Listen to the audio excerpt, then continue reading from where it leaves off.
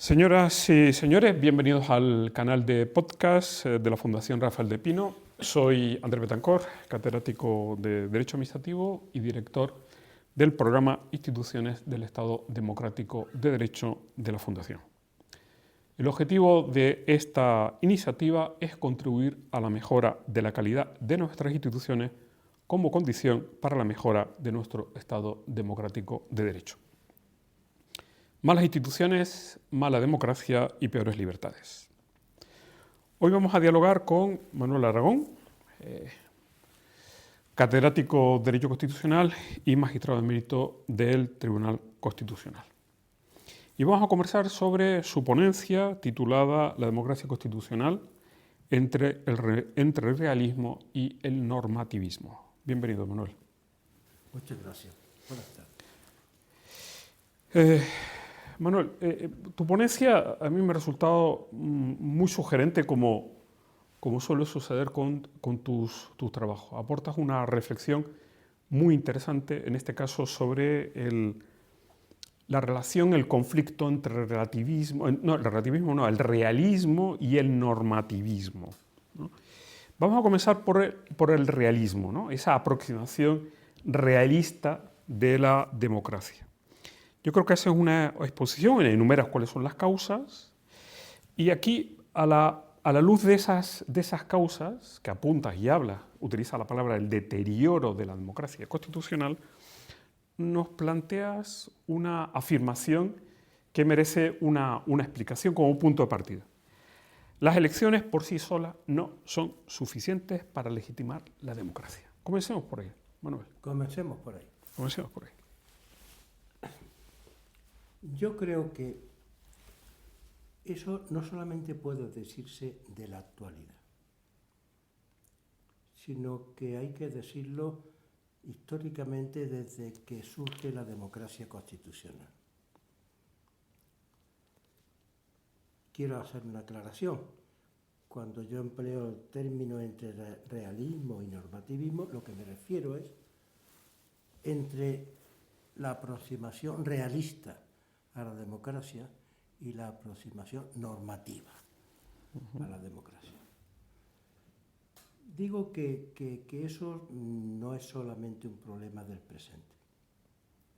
Desde que surge la democracia constitucional, ese sistema tiene por objeto limitar el poder del Estado.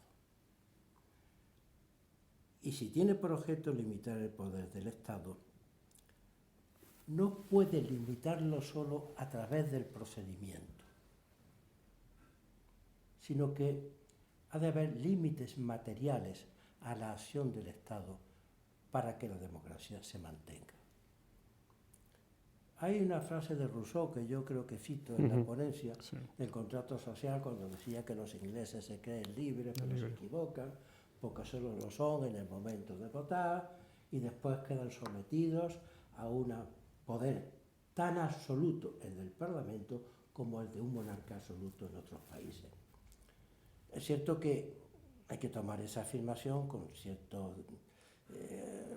digamos, con gran usali, porque en aquella época era una parte ínfima de los ingleses los que elegían. Pero hay algo que decirle a esa frase que es más profunda. Para que los ingleses puedan volverse libres en el momento de votar, el Parlamento no ha tenido que abolir la libertad. Es decir, si el Parlamento es un poder absoluto, podía abolir la libertad, pero entonces, paradójicamente, los ingleses no volverían a ser libres en el momento de votar. Por eso, siempre se ha intentado poner coto a el abuso del poder. El poder tiende al abuso. Y es cierto que la democracia constitucional construyó un sistema estableciendo unas reglas necesarias a las que tenía que atenerse el poder para no ser un poder absoluto, para estar limitado ¿en qué? En beneficio de la libertad de los ciudadanos. La primera digamos, la primera fórmula que se puso en marcha para establecer esos límites fue realmente, y ya nos trasladamos al siglo XX, porque aunque el constitucionalismo nace a finales del XVIII, está en el siglo XIX, pero la democracia constitucional y no el Estado liberal ya nace en el XX.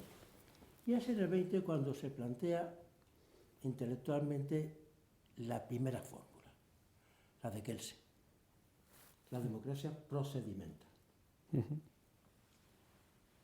Para que la mayoría no pueda eliminar a las minorías, para que la mayoría no pueda destruir los derechos de las minorías y de los ciudadanos, la Constitución es una norma supralegal que necesita para su emanación y reforma de consenso, de unas mayorías muy cualificadas que hacen, por tanto, imposible que la mayoría ordinaria pueda disponer de la Constitución misma. Sí, porque hay un tema muy interesante que planteas, es el Estado de Derecho ha existido sin democracia. Bueno, pero la democracia no puede existir sin el Estado de Derecho. Esa es la cuestión claro, que está en el fondo de tu reflexión. Que el Estado de Derecho existió en el siglo XIX, pero como Estado legal de derecho. Exacto. No como Estado constitucional. Exacto. El Estado constitucional y democrático de derecho no puede existir sin democracia. Exacto. Ni la democracia puede existir sin el Estado de derecho. Por eso tu reflexión sobre la insuficiencia del normativismo kelseniano procedimental. Bueno, la insuficiencia es que con ese concepto kelseniano, que se equivoca quien piense que Kelsen pone en manos de la mayoría las libertades. Lo pone en manos del constituyente, del poder constituyente, del poder de reforma. Pero ¿qué ocurre? Que no es inimaginable que las mayorías cualificadas que se necesitan para reformar la Constitución decidan abandonar la democracia. Sí, de ahí tu reflexión. Y claro, el problema entonces es que ese normativismo kelseniano, esa democracia procedimental, puramente procedimental, ante esa circunstancia deja de no ser tiene normativismo, porque ya no tiene más que una respuesta realista. Vox populi, vox Dei. Aquí el derecho ya no tiene nada que hacer. Exacto. Por eso tu propuesta, lo que reflexiona, es la necesidad de trascender de ese normativismo. Claro, la necesidad de integrar en esa concepción normativa de la democracia, integrar, además de las elecciones, del procedimiento, integrar valores materiales, inevitablemente, que impiden jurídicamente que la propia democracia concebida procedimentalmente pueda destruirse a sí misma. Esto yo creo que es algo conceptualmente claro. Lo que pasa es que se agudiza en nuestros tiempos. En este tiempo en que, por diversas circunstancias que todos conocemos y algunas las expreso ahí, pues la sociedad es más una sociedad que se mueve por pasiones que por razones. La sociedad está más proclive a asumir mayoritariamente la servidumbre voluntaria que en otras épocas. ¿Pero no te parece que eso siempre ha sido así? Bueno. Yo digo que siempre ha sido así. La diferencia es que ahora, sin ninguna clase de apariencia, se dice así. Se eliminan ya las apariencias. Porque es, en definitiva, el tributo al populismo. Es decir, el populismo ha exacerbado eso. El populismo se hace carne. Exacto. Entonces, por eso, si bien conceptualmente, a mi juicio, la democracia no podía descansar solamente en el procedimiento, en las elecciones, hoy con mayor motivo la democracia no puede descansar solamente en que haya elecciones libres y democráticas, porque el elector hoy mayoritariamente, diríamos, no es racional. ¿Se podría decir que el demos se ha convertido en un enemigo de la democracia? No sé si en un enemigo o en un, como se dice hoy, pasota. Pero sí que no puedes confiar hoy en que vox populi sea vox Dei. Exacto. Porque la realidad, y hay un libro estupendo que salió hace poco, Democracia para Realistas, la realidad te dice que no. hoy eso no es así. Uh-huh. Con mayor motivo, entonces, defender una concepción procedimental, desde luego, sin elecciones no hay democracia, pero además sustantiva de la democracia. Uh-huh. Manuel, ¿esa no es, en definitiva, la propia función de la Constitución? Evidente. Es decir, la Constitución, la función de la Constitución es esa, ¿no? Yo arrastro para atrás Exacto. al artículo 16 de la Declaración de Derechos del Hombre y del Ciudadano, Exacto. que es donde está no solamente una concesión formal, sino también material de la Constitución. Exacto. Por mayor motivo cuando ya esa Constitución es democrática. Exacto. Uh-huh. Hoy se hace más necesario que nunca afirmar ese entendimiento, no solo procedimental, sino también... La reivindicación de ese, digamos, concepto original de la Constitución. Claro, reivindicar justamente el concepto originario de Constitución. De la Constitución. Claro, el problema es que entonces hay que reivindicar, como yo reivindico, que incluso en las constituciones que no tienen cláusulas de intangibilidad, como la alemana, la portuguesa, etc., también existen límites materiales a la reforma. La Constitución no permite que utilizándola se destruya. Sí. No debe permitir ese normativismo. No debe, puede ocurrir en la realidad, pero el derecho no puede sancionar esa realidad. El derecho puede sucumbir ante los hechos, pero el derecho no puede negarse a sí mismo considerando lícito lo ilícito. Exacto. Y tiene todo el sentido. Es decir, es bastante... Y claro, esa es la reivindicación del presente.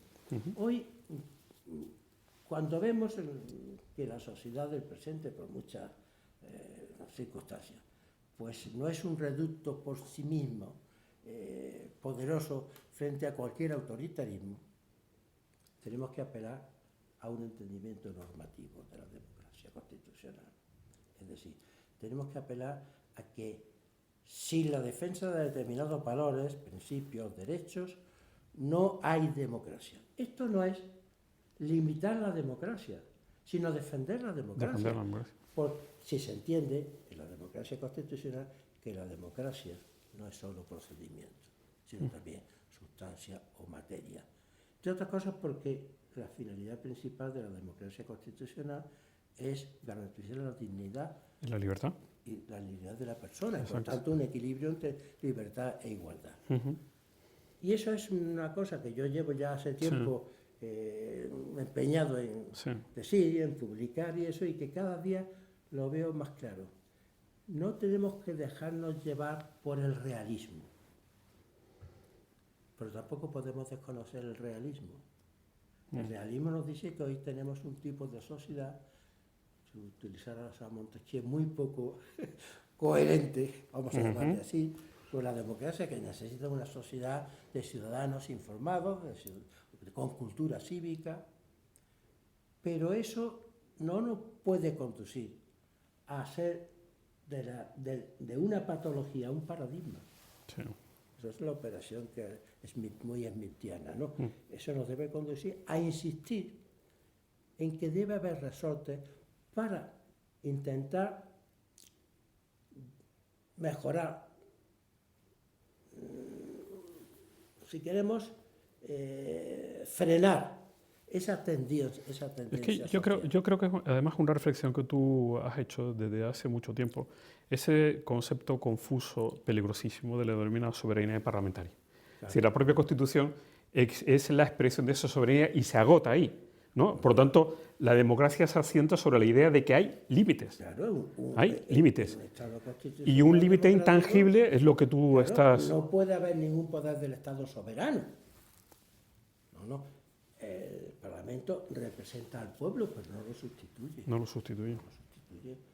Si el legislador pudiera hacerlo todo, o todo menos lo prohibido expresamente por la Constitución, no habría Constitución. Exacto. Sino un despotismo de la mayoría. Exacto. Y eso es muy grave. Que eso en el fondo es lo que a ti realmente te preocupa, a ti y a todos, ¿no? Que es el populismo como vía para acceder al poder Así es. y una vez accedido al poder transformarlo para monopolizarlo y eternizarse. Exacto. Entonces, la idea de que existan una serie de límites me parece que es muy importante. El problema es quién los identifica, quién los aplica y cómo se aplica. Claro. Es decir, lo que tú defiendes de los poderes implícitos del Tribunal Constitucional, Sí, claro. ¿no? El papel del Tribunal Constitucional. Identificarlo yo creo que está claro en el concepto de Constitución. Creo que está claro. Si una Constitución no regula la democracia o no la garantiza, no es Constitución.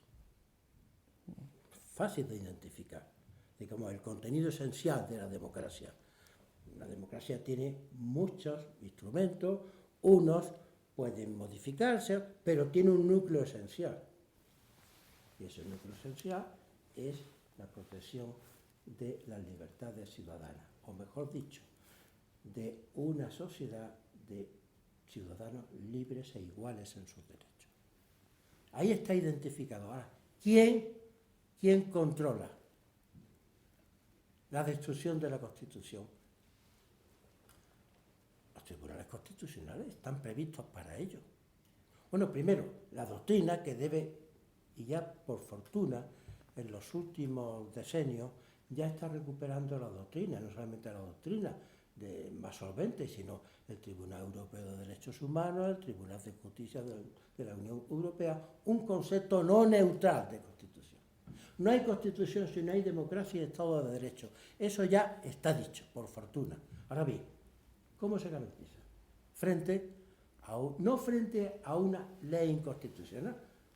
Para eso está el Tribunal Constitucional debe estar de modo ordinario, porque se transgrede la Constitución, sino frente a una reforma constitucional que destruyera la democracia para establecer una dictadura. El Tribunal Constitucional. Hay constituciones que establecen cláusulas de intangibilidad. La alemana comenzó y después han seguido otras. Pero hay otras que no expresan, no digo que no establezcan, no expresan esas cláusulas. Lo que pasa Pero hay que entender que como constituciones democráticas, y la nuestra lo es, en su apartado primero lo dice y en el preámbulo, tienen esos límites, lo diga o no, infranqueables. Pero el problema que se plantea, Manuel, es que el populismo sabe de que eso es así y ya se encarga de controlar todas las instituciones de control para desarticular esto que tú estás contando. Claro, pero es que eso tenía que ser rápidamente contestado por los tribunales, por la opinión pública, etcétera. Porque efectivamente, si se disuelven los instrumentos de control, la democracia cae. Exacto. Sin duda alguna. Exacto. Sin duda alguna. Y aunque un tribunal constitucional, el nuestro, no tenga atribuido expresamente ese poder de controlar formal y materialmente la reforma constitucional, hay que entender que tiene un poder implícito para ello. ¿Por qué? Porque como es el único órgano que tiene la competencia sobre las competencias, solo teniendo ese poder implícito puede ejercer totalmente su función. Esa es la cuestión. En fin, podríamos seguir hablando. Esto es un tema interesantísimo porque es el gran tema del poder en el minuto, hoy, en la actualidad, ¿no? En fin, vamos a dejarlo aquí. Manuel, te lo agradezco muchísimo, una conversación muy interesante que podría tener muchísimo más desarrollo. Y, en fin, te lo agradezco muchísimo y gracias a todos ustedes por su atención y les invitamos a continuar siguiendo este canal de podcast de la Fundación Alfred de Pino. Muchas gracias.